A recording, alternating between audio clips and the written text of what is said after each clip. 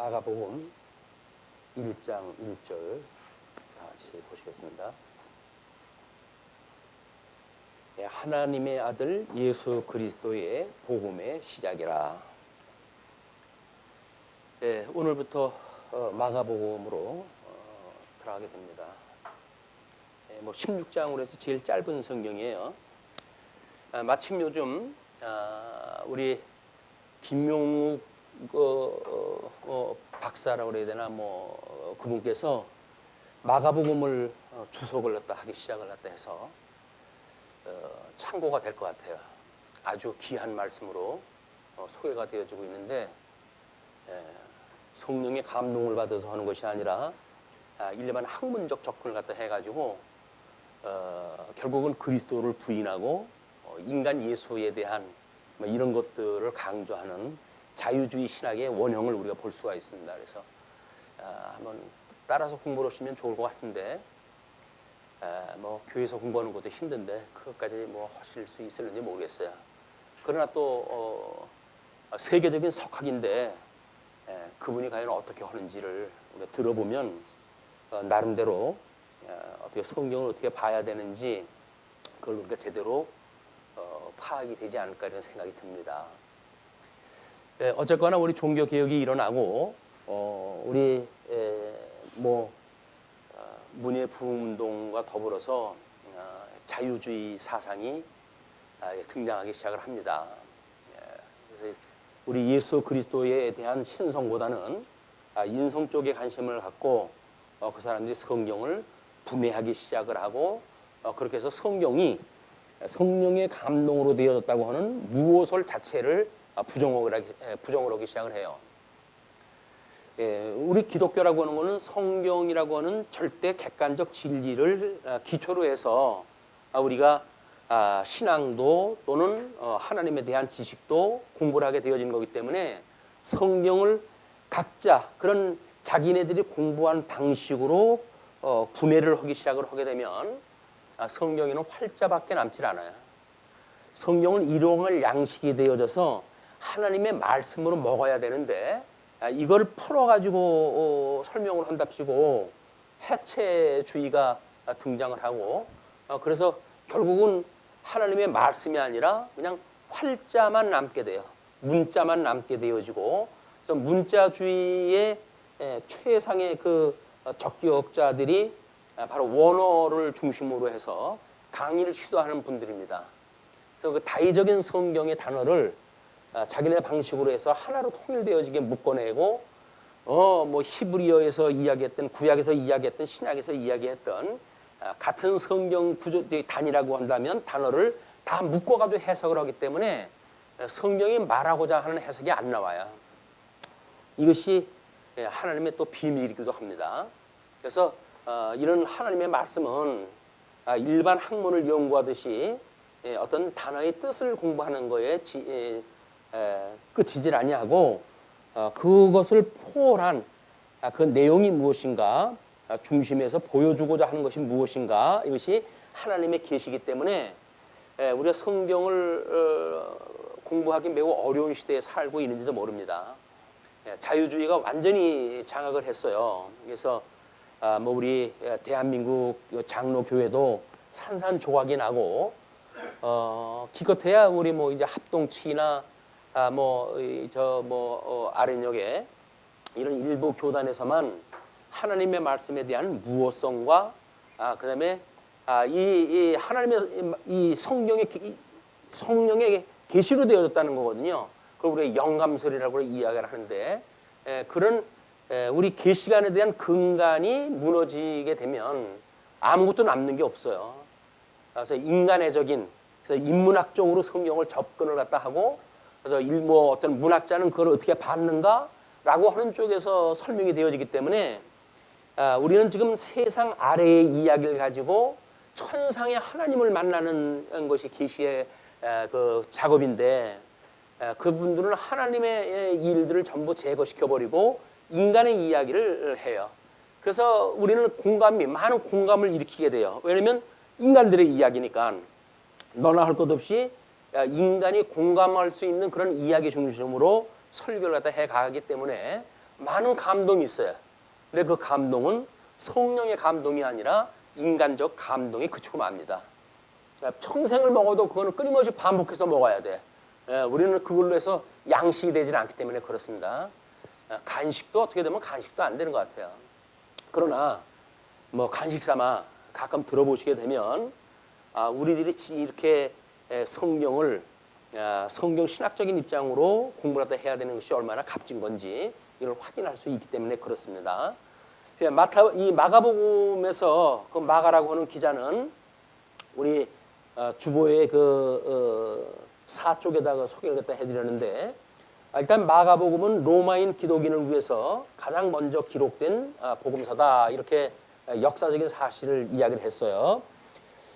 그리고 그래서 성서학자들이 이 책을 마태복음과 누가복음의 공통 자료로 추정한다.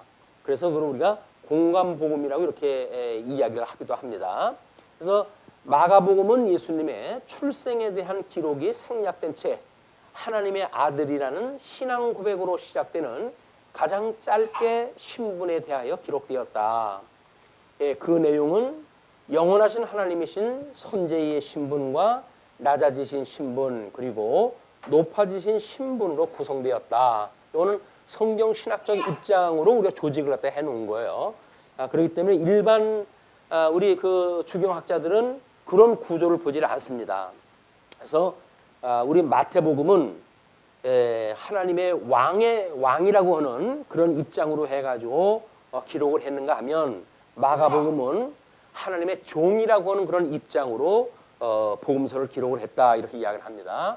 누가복음은 사람이라고 하는 중심으로 해서 보았고, 요한복음은 하나님의 아들이라고 하는 관점으로 보았다 해가지고 4대 복음서를 나름대로 차별을 갖다 하는데, 그 차별화는 너무 표피적인 거야.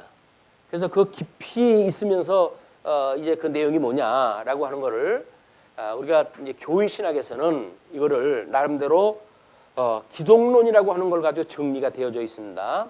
복음서에 게시되어진 그 하나님에 대한 내용을 교회 신학자들은 기독론이라고 하는 걸로 정리를 다 해놨어요.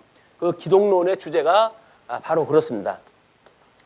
이제 이 기독론이라고 하는 주제는 첫째, 우리 마태복음에서 이야기했던 것처럼 우리 예수 그리스도의 직임을 중심으로 해가지고 이제 설명을 했고, 그다음에 마가복음에서는 신분을 중심으로 해가지고 확인을 갖다 했고, 그다음에 사역 중심으로 해가지고 누가복음은 이제 기록이 되어져 있고, 이 네 번째 요한복음은 품위를 중심으로 해가지고 기록되어져 있는데, 이걸 우리가 기독론의 주제라고 이렇게 이야기를 해요. 그러니까 우리 뭐 박형룡 박사님의 교회신학이라든지 그런 기독론을 보게 되면 기독론의 주제가 이 네 가지 주제로 나눠져 있어요. 우리 웨스트민스터 신앙 고백을 하면서 우리 이제 믿음의 선배들은 성경을 주석을 갖다 하시고, 이 성경 주석, 이 주경신학적인 뒤에 우리 그것이 어떠한 원리에 의해서 되어졌는지 교리를 종합을 했다 했는데, 그것이 대소요리 문답으로 해가지고 정리가 되어진 거예요. 그래서 장로교회는 성경과 그 다음에 믿음의 선배들이 이야기했던 이 요리를 중심으로 해가지고 이거를 전통적으로 수용하는 사람들, 그것이 장로교회라고 이렇게 이야기해요. 장로교회. 이 장로교회, 왜냐하면 이렇게 성경은 뭐 보는 사람마다 이제 각자 다르게 보니까, 그런데 칼빈의 영향을 받아서 성경을 추석하시는 분들은 나름대로 이 요리를 정리했다 하면서 이 예수교 장로회라고 하는 걸 구성했다 해가지고 칼빈 사상의 중심을 한 이런 신학을 갖다 하게 되어진 거예요. 그러니까 우리 교회의 뿌리는 우리 칼빈의 사상에 기반을 둔 장로교회에 우리가 소속되어져 있는 겁니다. 장로교회가 왜 중요하냐면, 물론 장로교회라고 하는 구분 방식은 정치 형식으로 이제 나눠 놓는 거죠. 그래서 교황 정치가 있는가 하면 그다음에 이제 장로교회처럼 대의 정치가 있어요. 그다음에 이제 회중 정치라고 하는 것이 있습니다. 근데 이거는 회중이 다 직원이 되어지기 때문에 회중이 나름대로 은사를 받아가지고 그냥 한다. 그래서 그 사람들은 직임을 인정하지는 않습니다. 또 교황주의는 교황이 마치 사도들처럼 자기 모든 교회의 수장이라는 이야기거든요. 이렇게 해가지고 권위가 부여지기 때문에 중세의 어두운 문화, 우리 기독교 문화가 바로 교황의 권위로부터 시작되어진 것이 아픔의 역사였어요. 이 종교개혁자들이 아니다. 오직 성경에만 권위가 있다. 이렇게 이야기를 했거든요. 그리고 이 대의정치라고 하는 그런 문제가 이제 장로를 선출해서 우리가 이제 정치를 또 한다는 거 아닙니까? 그래서 우리 교인의 대표, 그다음에 교회의 대표, 노예에서 파송되어진 장로와 그다음에 목사가 당회를 꾸려가지고 이 당회를 꾸려가지고 정치를 갖다 하게 되어지는 것이 대의정치예요. 성도들이 여러분이면 일일이 회의를 갖다 통해 가지고 이 일을 추진하기 어렵잖아요. 그러니까는 우리 교인들이 자기네들이 신임하는 장로를 선출을 갖다 하고 또는 노예에서 파송되어진 목사와 더불어서 지금 당회를 구성하고 있는 거기 때문에 장로님으로 선출을 갖다 하실 때에는 나의 모든 권한을 위임을 갖다 합니다. 그런 그 이야기예요. 우리가 국회의원을 선출하다 하잖아요. 그냥 국회의원을 뽑을 때 뭐 지역구든지 뭐든지 자주한 그 비례대표가 됐든지 어떻게 됐든지 대표권을 가지고 지금 이 국회의원을 뽑는 거예요. 요즘 뭐 하도 그것 때문에 국회가 시끄러운데 어떻게 구성을 갖다 할 것이냐 뭐 그 문제 아니겠어요? 그럼 그건 결국은 자기네 표밭의 문제이기 때문에 싸움이 치열한 겁니다. 국가의 정치 문제 별로 관심 없어요. 자기가 그냥 다시 재선되어지고 그리고 국회에서 뭐 행세나 하고 살아가면 됐지. 나라를 위해서 살아가는 사람처럼 보이질 않아요. 맨날 치고받고 싸우는 걸 보면 참 저 사람들 따로따로 띄워놓고 보게 되면 전부들 아주 존경받을 만한 사람들이에요. 뭐 우리 대한민국에서 그래도 뭐 좋은 대학교를 나오고 공부를 헐렁콩 했고 그리고 전공적으로 해가지고 뭐 판사니 우리 변호사니 검사니 이런 출신으로 해가지고 사회에 그런 활동을 하다 하시는 분들이거든요. 근데 어떻게 국회의사당만 들어가면 그냥 전부 하나같이 그렇게 되는지 모르겠어요. 이게 정치의 특성입니다. 그래서 이 교회도 이 정체를 딱 어떻게 잡는 거에 따라서 이렇게 여러 가지 어려움이 있기 때문에 칼빈은 대의 정치를 갖다 주장하다 해서 장로를 선출해서 왜냐면 우리 마태복음서 이야기했듯이 이 직임 중심으로 해가지고 선지직, 왕직, 제사직을 예수님이 다 이루셨잖아요. 그럼 예수님은 성천을 하셨고 성령을 보내주셔가지고 이루시는데 그것이 교회의 직원이다. 이 교회의 직원을 우리 성령님께서 은사로 이 직임을 주어가지고 주님의 몸된 교회를 섬기게끔 하고 그 섬기는 교회가 온전한 몸을 이루도록 하시는 것이 하나님의 뜻이라는 거거든요. 그러니까는 이 성령께서 하시는 교회의 직원이 우리 장로교회에서는 목사와 장로와 그다음에 집사다라고 이 세 부류를 교회의 직원이라고 이렇게 이야기를 해요. 직임을 가지고 있는 구성원이라고 하는 뜻이죠. 이런 직원 체제를 가지고 있기 때문에 우리가 이 복음서를 할 때 마태복음을 공부했을 적엔 철저히 이것에 대한 공부를 했어요. 그런데 우리 교회신학에 의할 것 같으면 이 직임 뒤에 나오는 것이 뭐냐면 신분에 대한 거랍니다. 이게 대소요리 문답에서 신분을 갖다 언급을 해요. 그래서 지금 우리 주보에 우리 그 2쪽과 3쪽 사이에 아래 이 하단 부분에 보게 되면 대소요리 문답 46문서부터 50문까지만 소개를 했는데 왜냐하면 이건 비하의 신분에 대한 것만이에요. 비하에 대한 신분. 지금 우리 1장 1절을 읽었을 때 하나님의 아들 예수 그리스도의 복음의 시작이라 이렇게 이야기를 하거든요. 그러면 우리 하나님의 아들이 누구냐면 예수 그리스도예요. 그런데 그 예수 그리스도의 복음이 시작됐다 이렇게 이야기를 하지 않습니까? 그러면 우리한테 복된 소식이 지금 시작되어졌다는 거예요.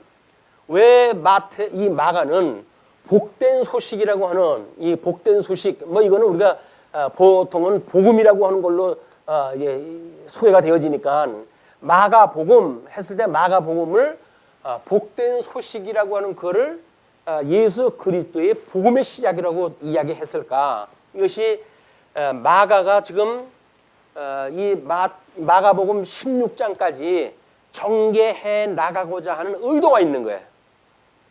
왜냐하면 이 복음의 시작이라고 그랬으니까 예수 그리스도를 좀 증거하는 거 아닙니까? 근데 우리 마가는 우리 1차 전도 여행 때 바울과 바나바와 함께 1차 전도 여행을 하다가 도중에 어려운 사정이 있어가지고 도로 귀향이 돼요.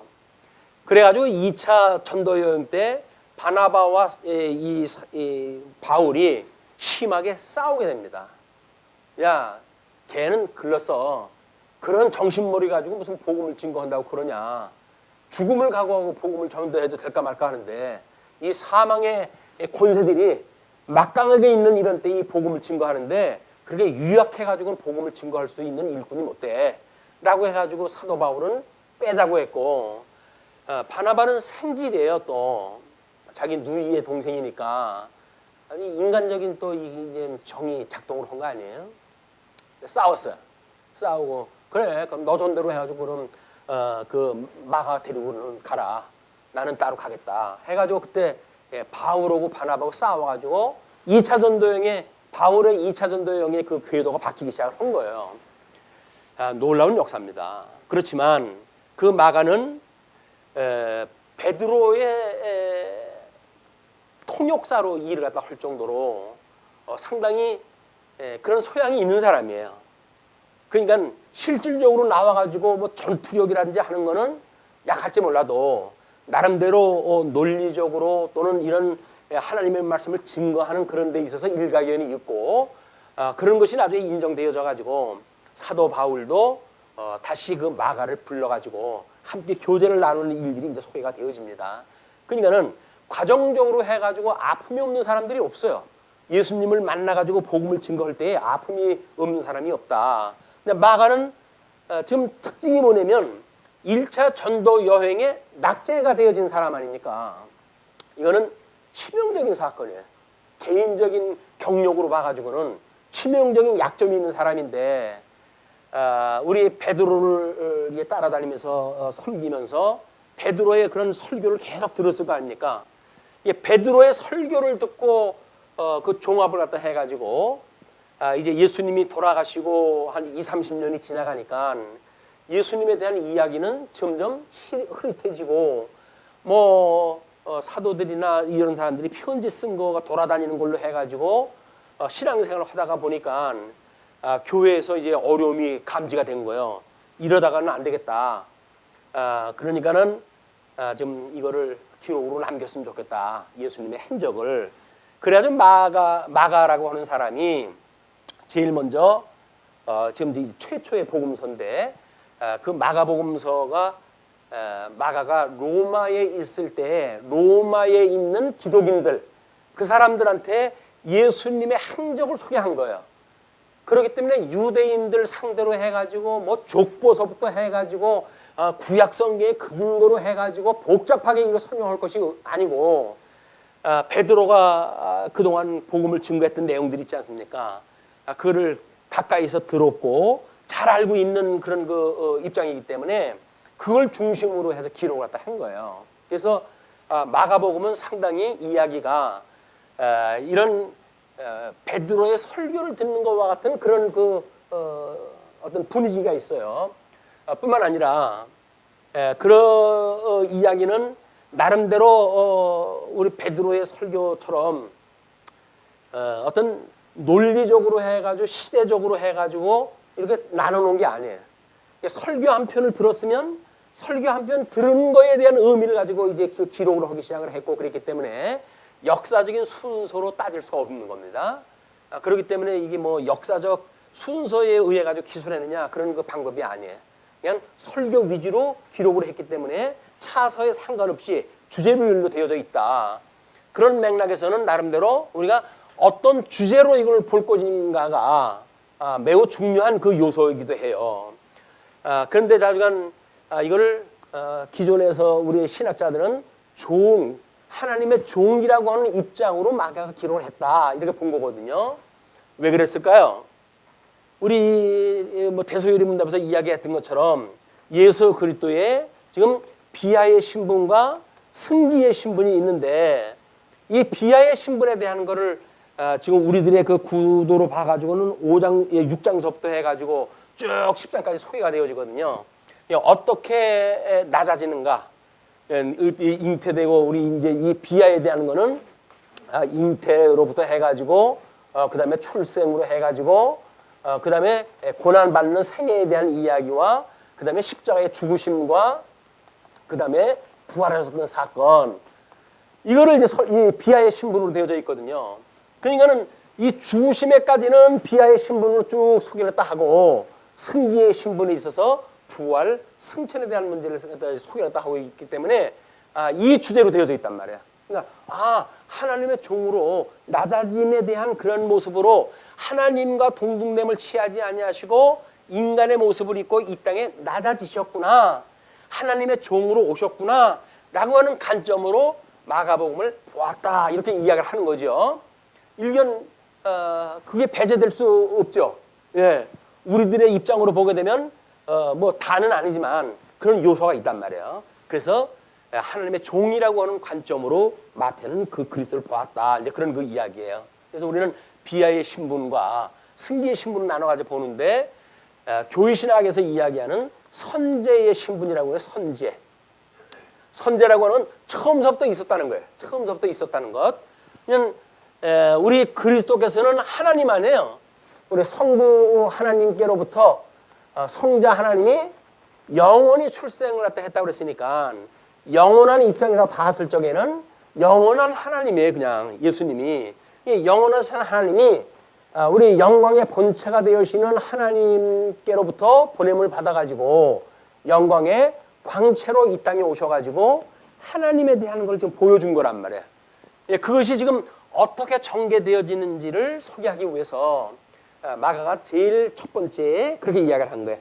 하나님의 아들 예수 그리스도의 복음의 시작이라 거두절미하고 우리는 여기서 아주 이 엑기스에 대한 복음에 대한 내용을 확인할 수가 있습니다.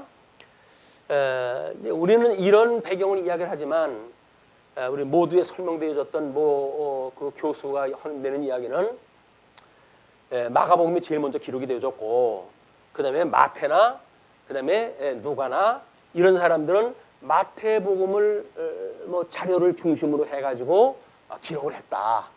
그러므로 그거는 뻥이다 이렇게. 왜? 지금 마가가 기록한 건 16장 복음밖에 아니잖아요. 근데 뭐 마태는 26장까지 쓰고 뭐 누가는 그 많은 성경들을 다 썼으니까 그 사람들의 정보는 뻥이라는 거예요. 마가복음의 정보를 극화시키기 위해서 다른 사람들한테 지금 뭐 예수님 죽은 지 오래됐고 그리고 뭐라고 할 사람들은 없으니까 자기네 상상력을 동원을 갖다 해가지고 예수님에 대해서 설명을 한 거다. 그래가지고 뭐 출생을 갖다 했을 때 뭐 이 동정녀 마리아에게 났다든지 이런 신비로운 이야기를 갖다가 거기다 싹 삽입을 갖다가 해가지고 문학적 장르요 기술 장치로 해가지고 그걸 딱 집어넣으니까 사람들이 그래 동정녀 마리아에게 났다고 이렇게 해가지고 사람들이 껌뻑 죽었다는 거예요. 이제 그 초대교회 때 성도들이. 그분이 장로님 아드님인데 그분 그 아버님까지는 그래도 상당한 복음을 가지고 살았던 가정이에요. 그 어머니도 그를 위해서 뭐 평생 기도를 딱 하셨다고 그러는데 근데 자전 이런 신학의 사조의 어떤 변화는 처음서부터 이게 바뀌는 게 아닙니다. 우리가 우리 이제 이 종교 개혁이 일어나고 문화명령이라고 하는 것이 등장할 때 했을 때 철학이 계몽주의가 등장을 하거든요. 이 계몽이라고 하는 이야기는 어둠에 있는 사람들을 뭔가 깨우쳐가지고 새롭게 뭔가 이 사람들을 개조하겠다는 이야기예요. 계몽을 갖다 시켜가지고. 이거는 인간적 교육으로 해가지고 사람이 바뀔 수 있다라고 하는 인간학적 교육학의 그 중심을 갖다 두는 사상이겠죠.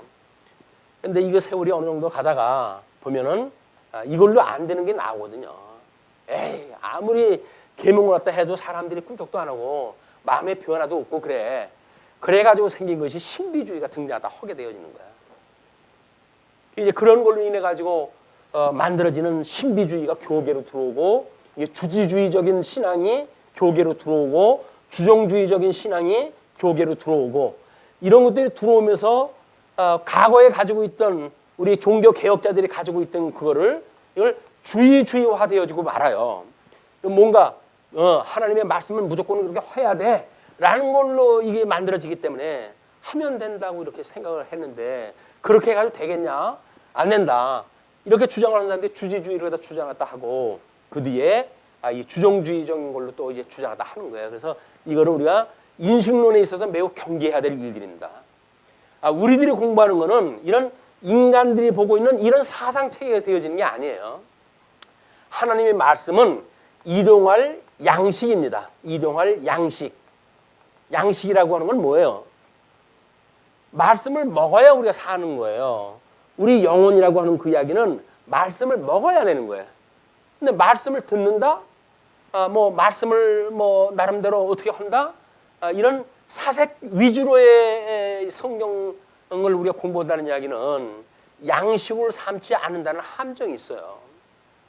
유대인들이 그렇게 원어에 가지고 살던 사람들 아닙니까? 그리고 예수님 돌아가셨을 때 이야기를 했지만 시편 22편서부터 32편까지 그걸 다 외우셨잖아요. 그거를 다. 그만큼 그 사람들은 성경을 다 외우던 사람들이에요. 예수님 오셔서 성경을 외우던 사람들인데, 아니 성경을 그렇게 잘하는데 왜 예수님을 십자가에 못 박아 죽였을까? 그 이야기는 하나님의 양식으로 삼지는 않고 이거를 자기네들의 어떤 삶을 살아가는 수단, 종교화하는 수단으로 이걸 삼게 되어진 거예요. 우리가 통전적으로 성경을 공부한다 할지라도 우리가 양식으로 삼지 않으면 안 된다. 그래서 우리가 교회의 표지를 이야기할 때 이 말씀과 그 다음에 성례와 그 다음에 권징이라고 하는 이 세 가지를 교회의 표지라고 이야기를 해요.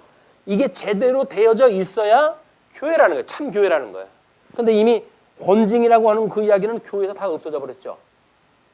성도들한테 바른 소리 해보십시오. 다 가버려요. 여기만 교회냐? 다 가버려요. 권징을 할 수가 없어. 사람들이 하도 이제 간이 배바닥 나가지고. 말씀인데 이거는 전부 소설 읽듯이 이제 읽어버리게 되고, 이런 잘못되어져 있는 철학에 의해 가지고 말씀이 왜곡되어지고 이렇게 되어지니까.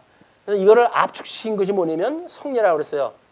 세례와 성찬에 대한 문제인데, 우리가 예수의 그리스도로 말미암아 세례를 받았어요라고 하는 게 뭐예요? 예수님과 함께 죽고 예수님과 함께 살았다라고 하는 신앙 고백 아닙니까? 그리고 그 위에 성화를 우리가 해가는 그것도 여전히 그 믿음의 우리 기초 위에 세워졌던 우리들한테 하나님께서 무너뜨리지는 못하는 교회를 내가 세울 거야 라고 했던 그 말씀을 지켜가는 걸 우리가 깨닫는 일이란 말이에요. 떡을 뗄 때마다. 근데 성례를 소꿉장난처럼 우리가 생각을 해가지고, 이거 촌스럽게 그런 것 같다 해요. 그래가지고 별로 재미도 없어요. 그래가지고 교회 시간도 없는데 이거를 어떻게 매번 하냐? 1년에 한 2차례만 하자 해가지고 추수감사주일날하고 우리 부활주일하고 2차례만 보통 교회에서 하는 거예요. 왜? 떡을 뗀다고 하는 이 양식으로 삼는다고 하는 감각이 있을 수가 없어요. 그래서 성도들이 말씀을 갖다 들으면서 이 신령한 양식이로구나 이렇게 되지는 않는단 말이에요. 우리 마태복음을 공부할 때 예수님이 시험 받을 때 제일 먼저 공격한 것이 뭐예요? 네가 하나님의 아들이거든 이 돌로 떡을 만들어 먹어라, 그 얘기 아니에요. 근데 이게 양식이 아니라 배 채우는 방법으로 살라고 그러니까 예수님께서 사람이 떡으로만 사는 것이 아니라 하나님의 말씀으로 사는 거야 라고 이야기를 한단 말이에요. 하나님의 말씀으로 산다고 하는 그 이야기는 말씀이 양식이지 우리 육신의 배를 채우는 떡 먹는 것이 양식이 아니란 말이에요. 주님 가르쳐 주신 기도해 보게 되면 일용할 양식을 주시옵고 이렇게 이야기를 해요. 아버지의 뜻이 하늘에서 이루어진 것처럼 이 땅에서도 이루어지는데 이 땅에서 이루어진 것을 계시를 기록한 것이 성경이거든요. 그러니까 일용할 양식을 주시옵고 이렇게 이야기를 하는 거예요. 그냥 주일날 하루만 공부하는 게 아니에요. 우리는 매일 말씀을 묵상을 해야 돼요.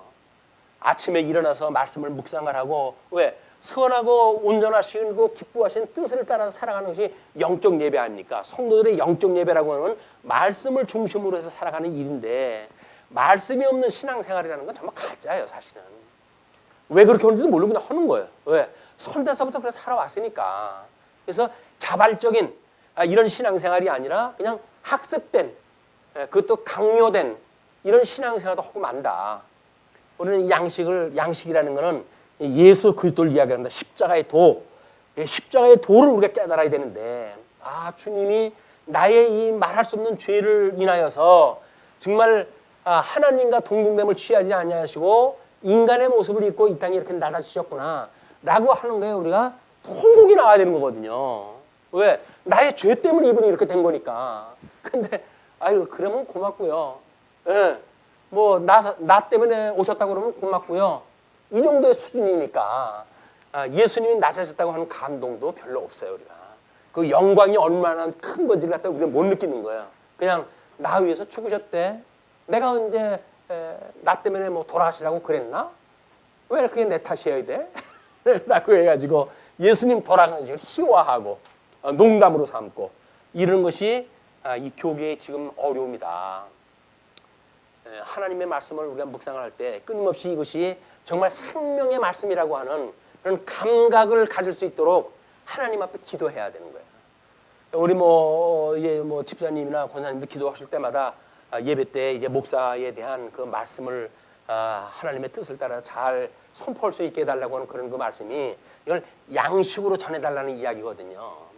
목사가 예뻐가지고 잘 먹고 잘 살게 해달라는 얘기가 아니라 이 양식으로 하나님의 양식으로 전해달라고 하는 이야기입니다. 그래서 우리 마가복음 오늘 구조를 보니까 구도상 20절까지 못 나갑니다. 20절까지 이제 그런 내용을 가지고 중심으로 해서 열어놓고 이제 출발이 되어질 거예요. 자, 하나님의 아들 예수 그리스도의 복음의 시작이라.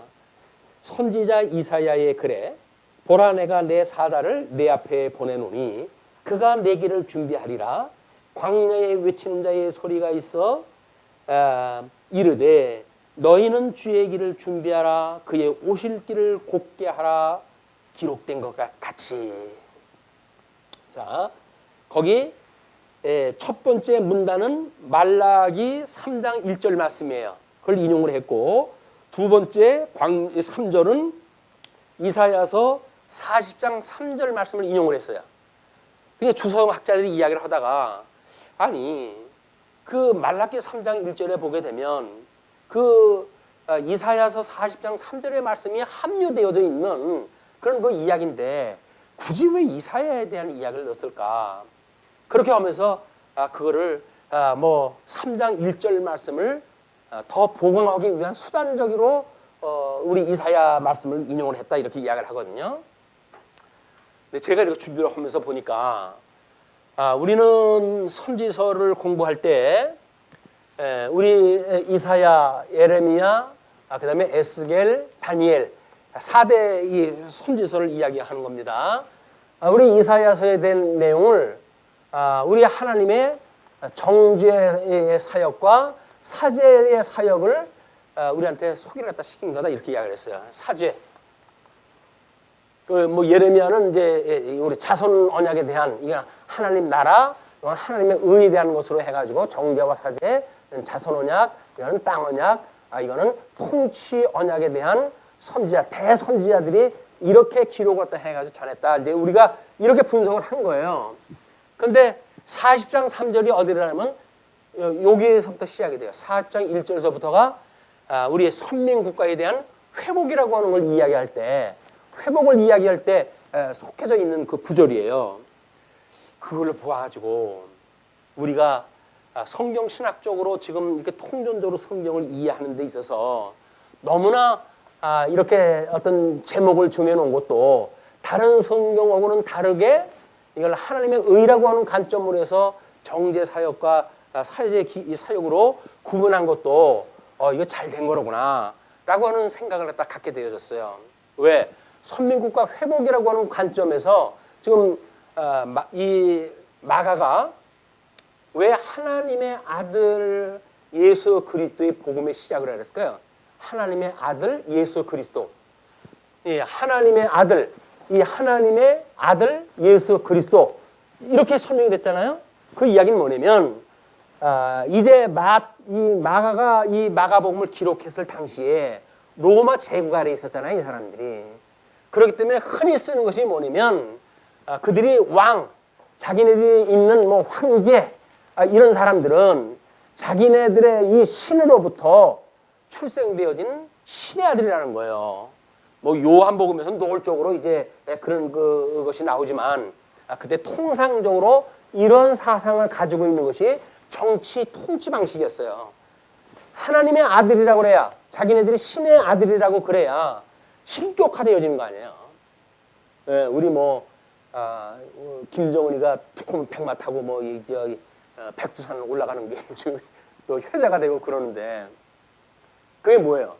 신격화, 자기 할아버지가 마치 신격화되어져 있는 거에 후손이라는 걸 지금 보여주는 거 아닙니까? 왜 백두산에 큰일 있을 때마다 올라가요? 내가 할아버지의 손자야, 그 얘기예요. 그걸 이야기를 해주는 거예요. 하나님의 아들이라고 이렇게 이야기를 해야 자기를 신격화하는 데 도움이 되어지고 이 통치를 하는 데 유익하기 때문에 그때 당시에 통치 방식이 그랬던 거예요. 지금 이건 로마에 있는 기독인들한테 복음을 증거하기 위해서 이제 기록을 했다고 그랬잖아요. 그 사람들한테 야, 쟤네들이 지금 황제를 보고 신의 아들이라고 그러지 내가 진짜를 소개한다. 그러면서 하나님의 아들 예수 그리스도의 복음을 내가 이야기할 거야. 그 이야기예요. 한껏 들어오지 않습니까? 그 의미가. 근데 이게 의미가 없는 것이 아니에요. 역사적으로 해가지고 마가가 이걸 기록할 적에는 대단한 의미를 가지고 기록을 한 거예요. 그때 있었던 정치적인 배경, 그 다음에 하나님께서 보였던 하나님 나라, 이 신성 국가의 그런 의미, 구약적인 언약, 그것이 어떻게 성취되어지는지 이런 거를 다 조화를 갖다 해가지고 글을 열어나가기 시작한 것이 마가복음 1장 1절의 소개입니다. 그렇기 때문에 지금 2절에서 소개되어진 그것도 그렇게 신령한 세계에서 뭐 하나님의 아들이라고 했으면 황제의 출신처럼 이 세상의 꼴로 이야기를 해야 되는데 그것이 아니라 이제 구약에서 언약되어진 대로 내 사자, 하나님의 사자뿐만 아니라 외치는 자의 소리가 있는데 주의 길을 준비해야 되는 그런 걸로 이미 언약이 되어져 있고 그 언약을 이루기 위해서 예수님이 오셨다는 거예요. 복음이 시작되어졌다는 거예요.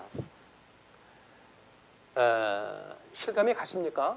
네, 우리 지금 이 죄 아래 종로로 타고 있던 우리들, 이 사람들은 거짓 황제의 종로로 타던 로마 사람들, 우리는 예수님 이 하나님께로부터 쫓겨나가지고 사단의 종로로 타던 우리들, 이 사단의 종로로 타던 우리들이 황제의 통찰에 있었던 것 같은 그런 아픈 것이 깨달아져야 되거든요.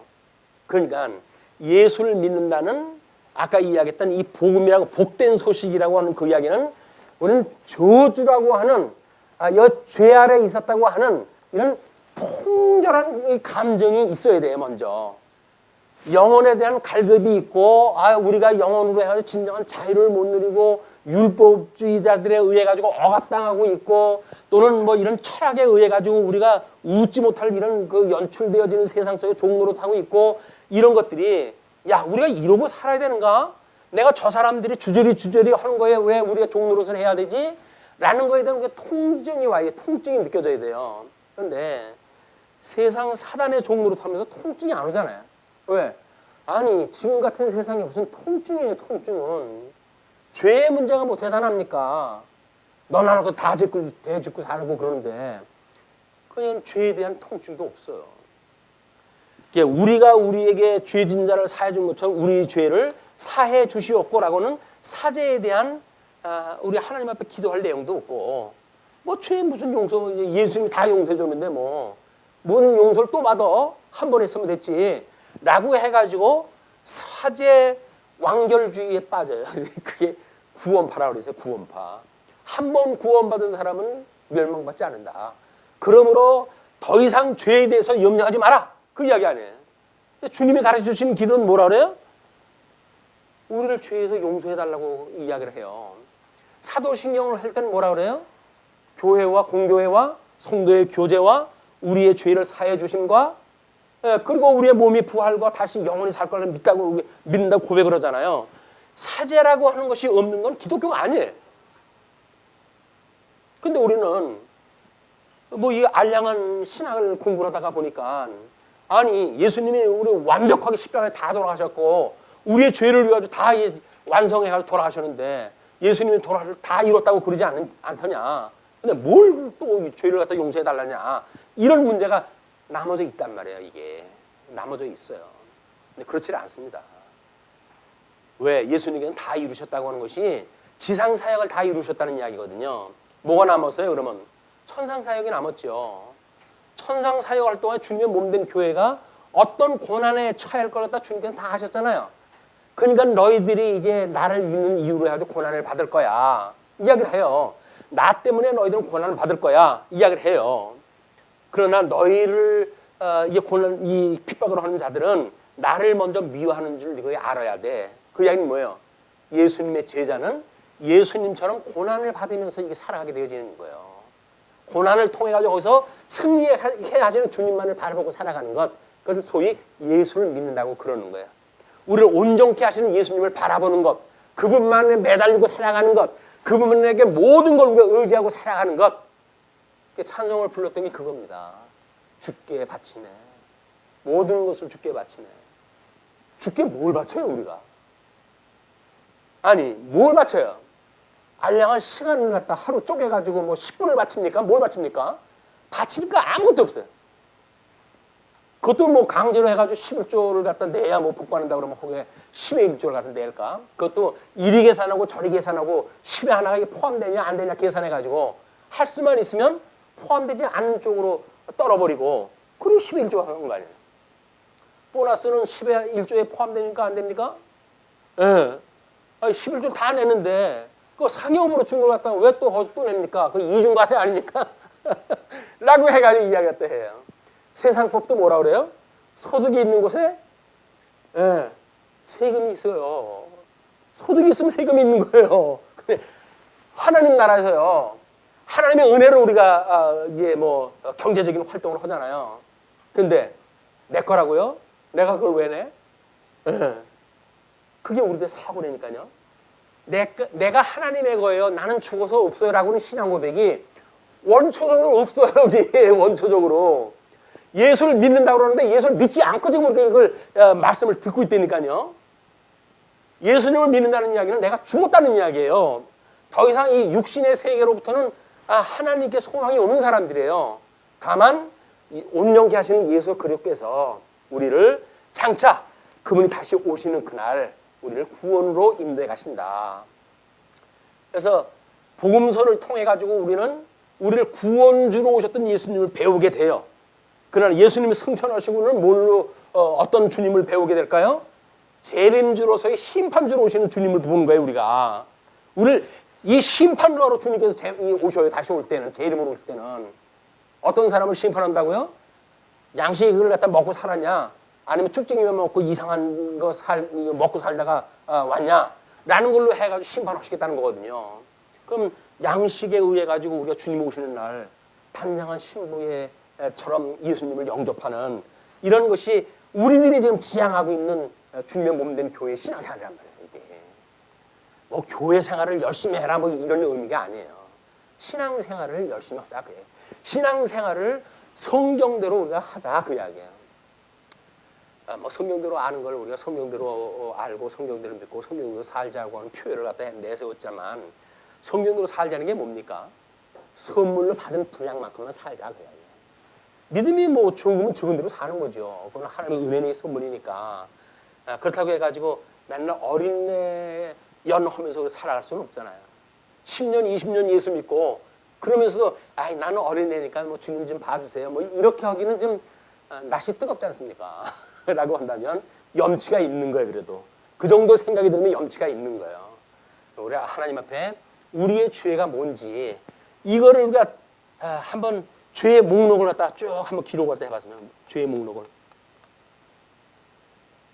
숨 쉬는 것부터 죄 아닌 게 없어요. 우리한테 이런 데로부터 우리를 온전케 하신다고 하는 주님이 우리로 하여금 내가 너희를 위하여 이 땅에 온 거야 라고 이야기를 하시니까 죽었던 자를 우리 살리셨고 하나님 나라의 백성으로 삼아주셨고 하나님의 아들로서 지금 주님의 몸된 교회를 통해서 하나님 나라 백성으로 살아가니까 좀 더 진지한 자세로 우리 하나님 나라의 생각을 갖자는 이야기입니다.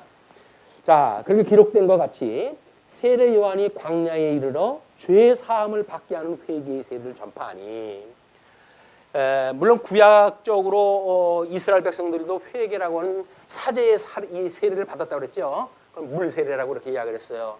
그거를 지금 우리 이야기했던 세례 요한은 구약 성경의 마지막 선지자라고 그랬어요. 마지막 선지자가 와가지고 참 선지자이신 예수님, 참 선지직을 우해 가지고 한없이 낮아지신 그 예수님 앞에 물세례를 갖다 베풀기 시작한 거예요. 그러니까 그 세례를 전파하니 온 유대 지방과 예루살렘 사람이 다 나아가 자기 죄를 자복하고 요단강에서 그에게 세례를 받더라. 이 사람들은 메시아가 언약되어져 있으니까 대망사상을 가지고 있던 사람들의 대망사상, 이 대망사상이라고 하는 그 이야기는 메시아에 대한 대망사상입니다. 메시아를 보내주신다고 했는데 메시아가 오게 되면 이 같지 않은 것들한테 우리가 종을 타는 건 이제 면하게 될 터인데 그것도 한껏 해가지고 로마의 제국으로부터 온전한 우리 독립을 갖다 이제 꿈꾸는 이런 식으로 이해를 갖다 했죠. 다윗 왕국의 그런 아름다운 통일 왕국이 이루어질 텐데 메시아가 오게 되면 그걸 사모하던 사람들이기 때문에 다윗 왕국처럼 다윗처럼 멋있게 좀 뭐 골리앗을 갖다 한 칼에 물리치는 이런 그 예수님으로 등장할 때 해야 되는데 예수님 와가지고 이 사람들이 가만히 보니까 맨 숨어가지고 도망만 다니다가 돌아가신 것 같단 말이에요. 그러니까는 마가가 그거 아니야. 그걸 지금 설명을 또 하는 거예요. 그래서 세례를 받더라.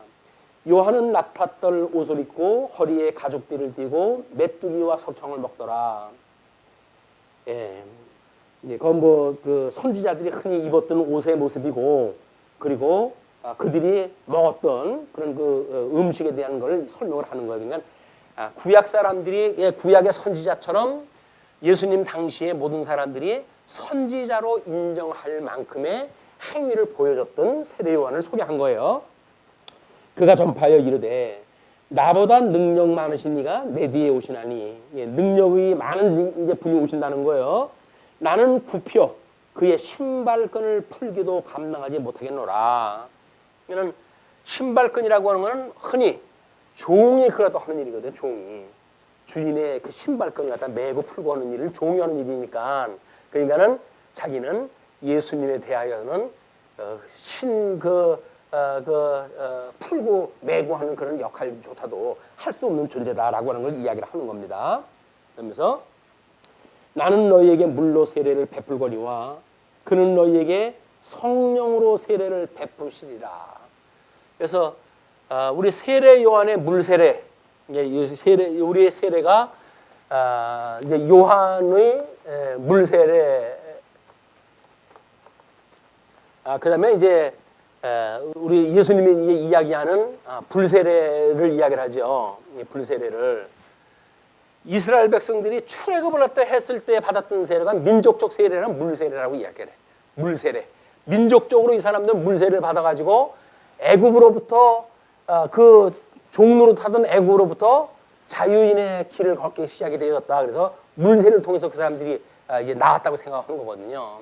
근데 광야에서 아브라함과 롯과의 사건을 통해 가지고 이제 소돔과 고모라를 불세례로 심판하다 하시죠. 이 불세례된 걸 갖다가 이야기를 하기 때문에 이들은 광야에서 있었던 이 불세례와 그다음에 우리 이 출애굽을 갖다 했을 때 있었던 물 세례를 두 가지 세례 종류로 이야기를 해요. 마찬가지로 예수님께서도 이제 이 구약의 성경을 이루시려고 한다면 물 세례를 받아야 되고 불 세례를 갖다 받아야 돼요. 왜? 구약 성경 언약되어진 이야기니까 이게 다 모형적인 방식으로 설명됐던 거 아니에요? 이스라엘 백성들이 출애굽을 했다. 그래서 그 사람들이 그냥 바다를 지났다. 이렇게 이야기를 하니까 야, 하나님이 대단하다.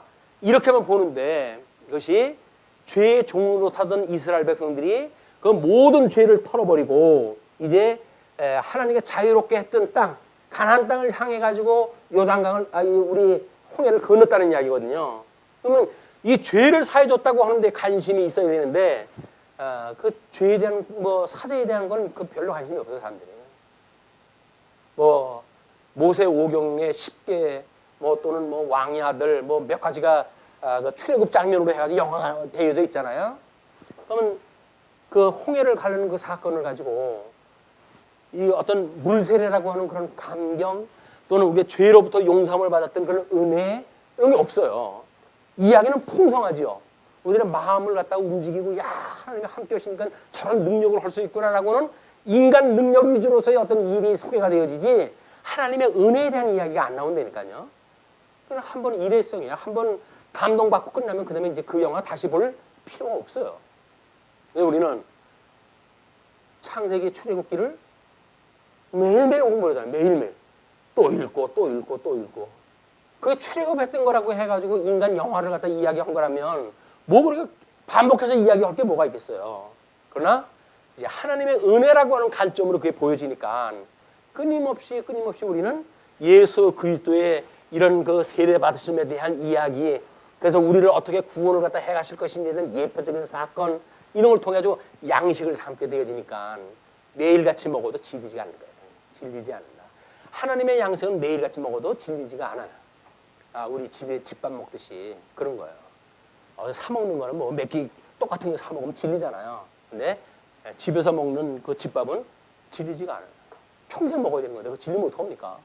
하나님께서 이런 은혜를 우리한테 주셔서 우리 성경을 읽을 때마다 예수 그리스도의 세례의 사건, 죄로부터 구원하시는 그런 놀라운 은혜의 사건이 소개되어지므로 매일같이 먹어도 질리질 않는다. 그렇게 해가지고 이제 성령으로 세례를 베풀이라고 하는 약속을 갖다 했어요. 그리고 9절부터 보시게 되면 이제 수세를 통한 증거가 되어집니다. 9절로 12절까지. 먼저 9절은 예수께서 요단강에서 세례 요한에게 세례를 받으셔요. 그때 예수께서 갈릴리 나사렛으로부터 와서 요단강에서 요한에게 세례를 받으시고 곧 이제 세례를 받았어요. 그 세례를 받았던 그 사건이 바로 요한이 마지막 선지자로 됐던 요한이 약속했던 거 아니에요. 내 뒤에 오시는 이가 이제 나보다 더 좋은 세례를 갖다 주거나 이게 약속이 됐잖아요. 그것을 위해 가지고 예수님은 구약의 언약되었던 물 세례를 받으신 거예요. 구약의 역사적 성취가 이루어진 거예요. 그렇죠? 그래 이루어지고 그리고 10절에 가게 되면 곧 물에서 올라오실새 하늘이 갈라짐과 성령이 비둘기같이 자기에게 내려오심을 보시더니 하늘이 갈라진다는 이야기 잘 안 씁니다. 사도행전에서도 그 돌에 맞아 죽었던 누구예요? 뭐가 하나님 앞에 기도할 때 하늘이 열린다고 그렇게 표현되죠. 하늘이 열리고 하나님의 음성이 들려요. 음성이. 우리 사도 바울도 3층 천에 올라갈 때 하늘이 열렸으니까 올라갔겠죠. 요즘 뉴스 어떤 그 영화 광고에 보니까 그냥 불기둥이 계속 쓰는 거가 소리가 되어지고 그러더구만. 하늘이 열려가지고 오는 세계가 어떠한 세계인지 하늘 위의 세계가 있다고 하는 거를 마가가 지금 선언을 갖다 하는 거예요.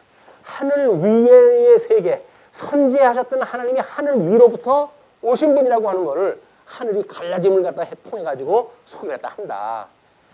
이게 겨우 황제 벼슬을 가지고 신의 아들이라고 이런 엉터리 소리를 갖다 하는 그런 자들과 달리 우리들이 믿고 있는 그 예수님은 하나님의 아들로 신이 선제하셨던 하나님께서 오신 분이야 라고 하는 그거를 하나님께서 증거를 갖다 하시는 거야. 성령이 비둘기같이 자기에게 내려오심을 보시더니 11절에 보니까 하나님께서 세례받은 예수를 아들이라고 칭거하십니다. 하늘로부터 소리가 나기를 너는 내 사랑하는 아들이라 내가 너를 기뻐하노라 하시니라. 자, 성자 하나님이 세례를 받고 성령 하나님이 비둘기같이 내려오시고 성부 하나님이 내 아들이라고 선언했다 하셨어요. 삼위일체 하나님이 공이 예수 그리스도를 선지하신 하나님의 소리가 되어진 거예요. 그러니까 삼위일체 하나님을 우리가 공부한다는 건 그래서 매우 중요합니다. 이 흔히 이제 이 우리 속세에 대한 이야기를 하다 보게 되면 예수님에 대한 품위도 그냥 인간에 대한 이야기만 해요. 롤 모델로 삼가지고 내가 예수님이라면 이렇게 살아야지 저렇게 살아야지 그러는데 예수님을 따라서 이렇게 사느냐 저렇게 사느냐가 아닙니다. 그분이 메시아인가, 그분이 그리스도이신가, 그분이 성자 하나님으로 해가지고 하나님의 영광의 강체로 오신 분인가, 이런 영광을 봐야지 그걸 따라가지고 뭐 인간 쭉쟁이들이 살아가면 뭘 하겠다고요. 하나님께서 그렇게 살게 하시려고 한다면 굳이 예수님 죽이실 필요도 없어요. 그냥 그렇게 살아가게 하시려고 한다면 하나님은 왜 이 독생자 예수 그리스도를 십자가에 못 박아 죽는 데까지 내어 주셨을까? 이거는 세상의 인간들이 아무리 머리를 써가지고 해결될 수 없는 문제예요. 그걸 위해서 우리 예수님이 십자가에 못 박아 죽으셨다라고 하는 우리 삼위일체적 하나님, 성부 하나님의 모든 우리 예정이라고 이야기를 하잖아요. 성자 하나님의 구속사역, 이 구속사역은 믿든지 않든지 객관적인 사실이죠. 이건 믿든지 안 믿든지 객관적인 사실이에요. 근데 우리는 객관적인 사실을 보고 내가 그걸 믿는다고 착각을 하는 거예요. 그런데 성령 하나님의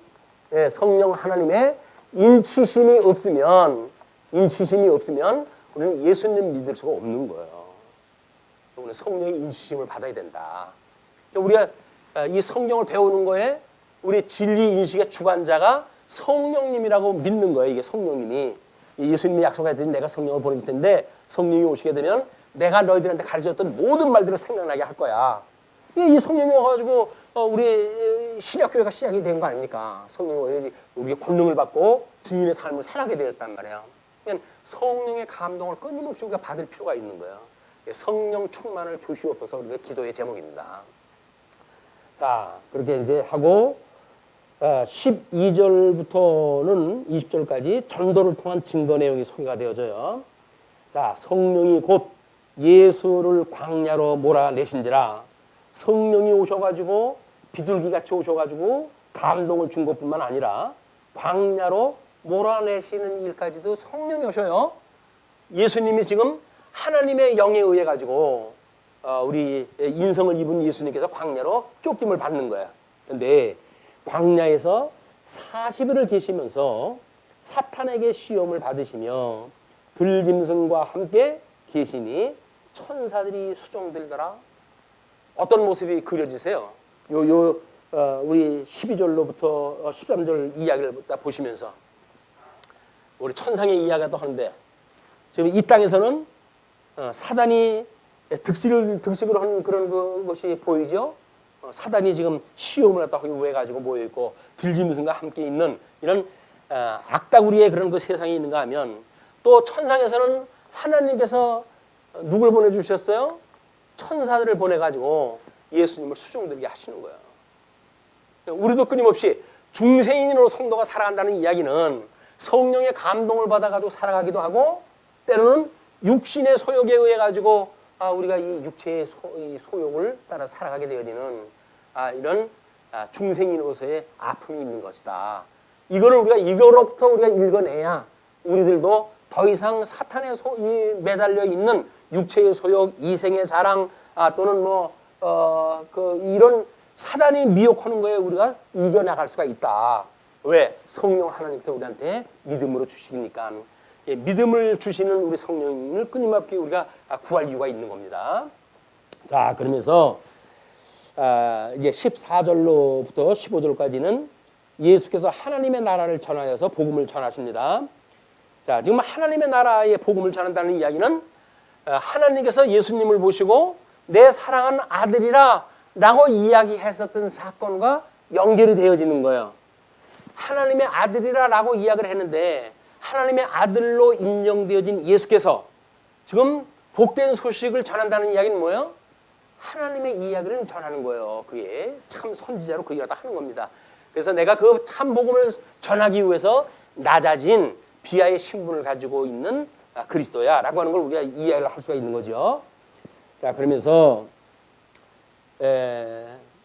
요한이 잡힌 후 예수께서 갈릴리에 오셔서 하나님의 복음을 전파하여 마가만 특별히 그 갈릴리 지역의 설교, 예수님의 설교 그런 것이 많이 소개가 되어져 있어요. 다른 사람들은 이제 유대 쪽에 온 걸 많이 소개가 하는데 반해서 이르시되 때가 찼고 하나님의 나라가 가까이 왔으니 회개하고 복음을 믿으라 하시더라. 복음을 증거하는 내용이 뭐예요? 회개하고 복음을 믿으라 그 이야기예요. 왜? 때가 찼으니까.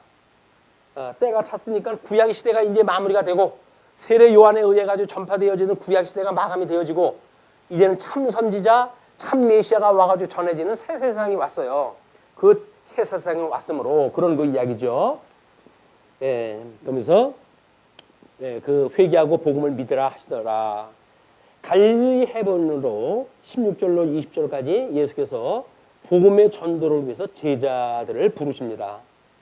성부 하나님께서 성자 예수님을 광채로 보내시고 성령 하나님으로 능력이신 성령 하나님을 보내시고 그래서 이 성령 하나님이 제자를 갖다 불러가지고 능력을 주면 권능을 받고 땅끝까지 증인이 되어진다고 이야기를 했죠. 이걸 지금 위에 가지고 쭉 전달이 되어지는 거예요.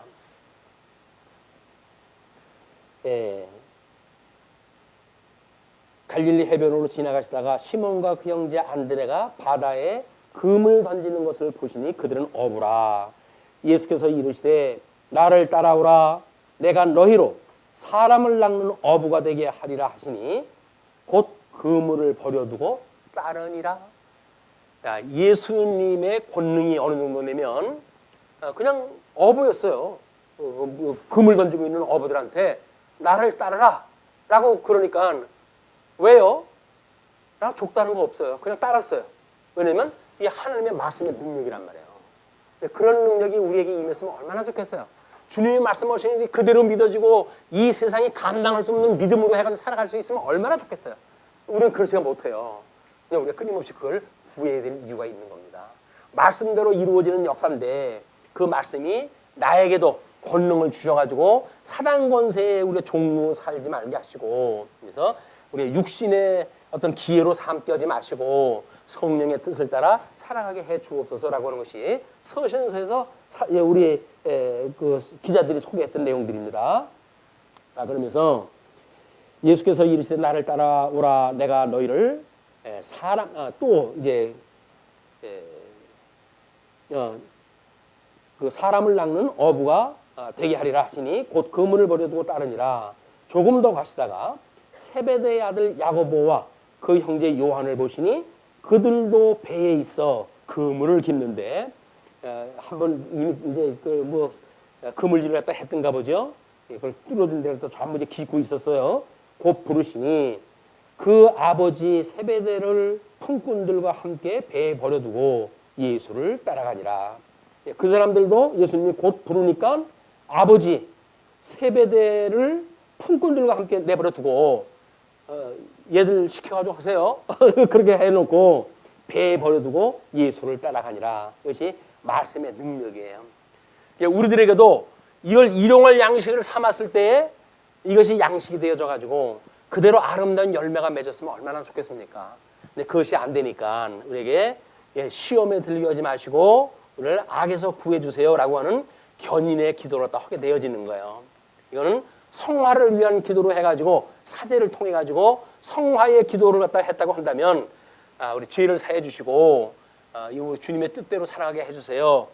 그럼에도 우리가 끊임없이 시험에 들 수가 있고 악에 빠질 수가 있으니까 주님께서 이거로부터 우리를 붙들어 주세요라고 하는 기도로 다 하게 되어지는 겁니다.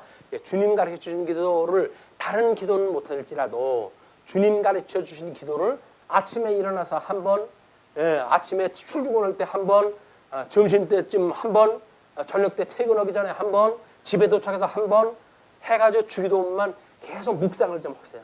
기도하는 게 중요한 것이 아니라 묵상, 그 내용이 뭔지를 묵상을 하시게 되면 좋은 성령의 감동이 있을 거라고 보여집니다. 자, 그래서 이제 그 제자들이 예수님을 따라가게 되어지는 장면으로 해가지고 20절로 해서 끝이 나요. 21절로 가게 되면 이제 권세를 통해 가지고 내가 하나님의 아들이라고 했던, 선제했던 내가 하나님의 아들이야 라고 했던 사실을 소개하는 내용이 소개가 되어 있습니다. 다음 시간에 하시기로 하고 오늘 마치죠. 기도하시겠습니다.